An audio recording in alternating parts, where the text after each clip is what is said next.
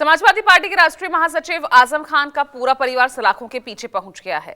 2 जन्म प्रमाण पत्र बनवाने के मामले में रामपुर की एमपी एमएलए कोर्ट ने आजम खान, उनके बेटे अब्दुल्ला आजम और पत्नी डॉक्टर तंजीन फातिमा को 7-7 साल की सजा सुनाई है, तो साथ ही तीनों पर 50-50 हजार रुपए का जुर्माना भी लगाया है। मामला दर्ज कराने वाले रामपुर से बीजेपी विधायक आकाश सक्सेना ने इसे असत्य पर सत्य की जीत बताया, लेकिन समाजवादी पार्टी के अध्यक्ष अखिलेश यादव ने इसे बीजेपी की साजिश करार दिया।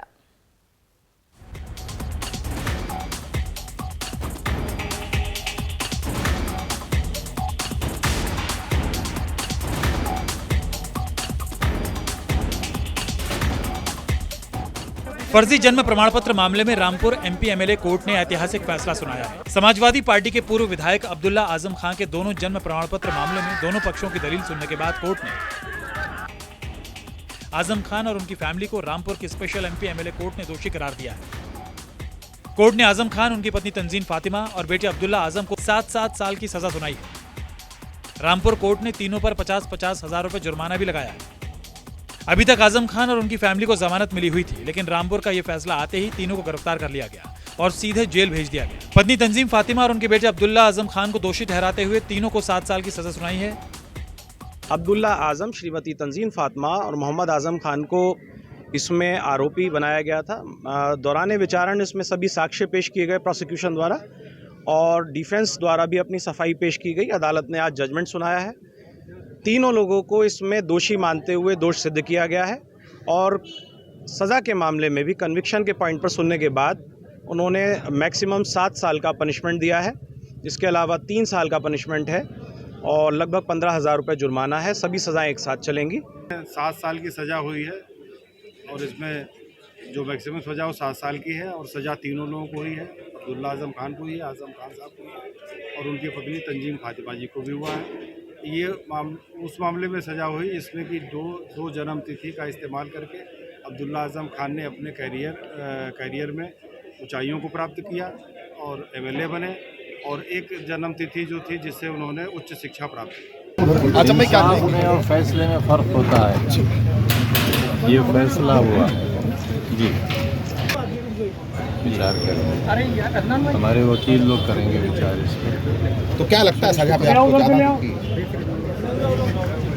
कल से ही पूरे शहर को मालूम था, आपके छोटे चैनल्स पर चलने लगा था कितनी सज़ा होनी है। क्या कहें इससे ज़्यादा, ये भी मालूम था कितनी सज़ा होनी है, कल से मालूम था। आप ही चल भी रहा था, अब आपने जजमेंट देख लिया होगा, हमें आज पता चला। 2017 के यूपी विधानसभा चुनाव में समाजवादी पार्टी के दिग्गज आजम खान के बेटे अब्दुल्ला आजम रामपुर की स्वार सीट से लड़े थे। इस चुनाव में उन्हें जीत भी मिली थी, लेकिन उनके विरोधी और बीएसपी नेता नवाब काजिम अली खान ने अब्दुल्ला की उम्र को लेकर हाईकोर्ट में एक याचिका दायर की।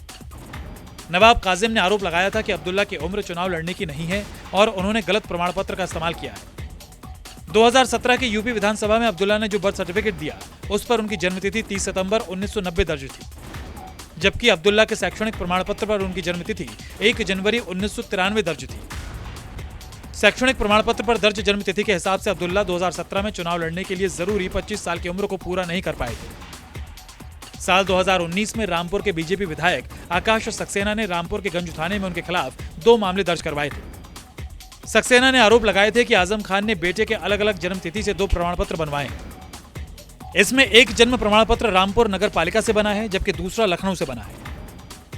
इस मुकदमे में आजम खान के अलावा उनके बेटे अब्दुल्ला और पत्नी पूर्व सांसद डॉक्टर तंजीन फातिमा भी नामजद थी।